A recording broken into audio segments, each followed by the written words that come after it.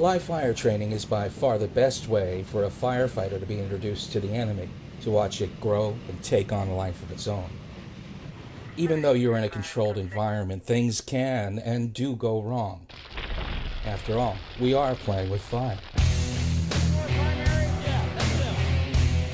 A few years ago, in what was planned as a training burn, my partner Jim Cottrell and I filmed what easily could have become a disaster. Even though a protective hose line had been positioned, we knew that the main attack line was only flowing about 100 gallons per minute, about enough to handle a trash or small dumpster fire. It didn't take an Einstein to figure out that this baby would take off, and take off fast.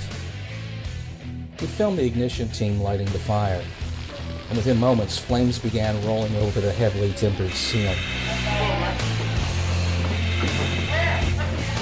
It got real hot, real fast, and a few firefighters escaped through the main stairwell. At this point, it had only been 15 seconds since the fire had been lit, but staying in place wasn't an option, so Jim and I bailed out a second-floor window. That's me coming down the ladder. From our fixed camera position, you can see that heavy smoke is already blowing out the second-floor windows. But what we didn't know was that someone had used gasoline as an accelerant for this training blaze, and that's the biggest no-no in the firefighter training business. Jim and I had assumed that the inside team had escaped through the main stairwell, but shortly after we reached the ground, we saw a lone firefighter come out of the same window that we had just exited. We couldn't believe our eyes. The firefighter on the roof was veteran Anna Marsh, who had been working to prepare the fire room. Anna knew there were other firefighters still inside, and she fished for them by pulling in the hose line, only to find an unopened nozzle. As she stood there in the window, Anna experienced a thermal bath of temperatures reaching 800 degrees. But she stayed there, unwilling to abandon the other two firefighters. At that point, I knew that Marsh had little time to escape. Flashover was imminent.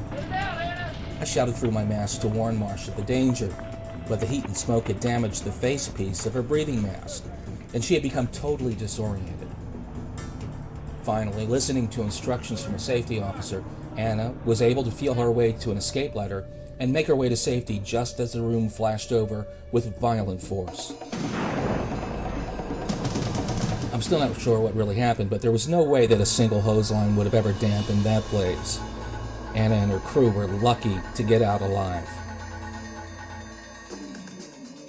I was with Anna on the fire ground immediately afterwards.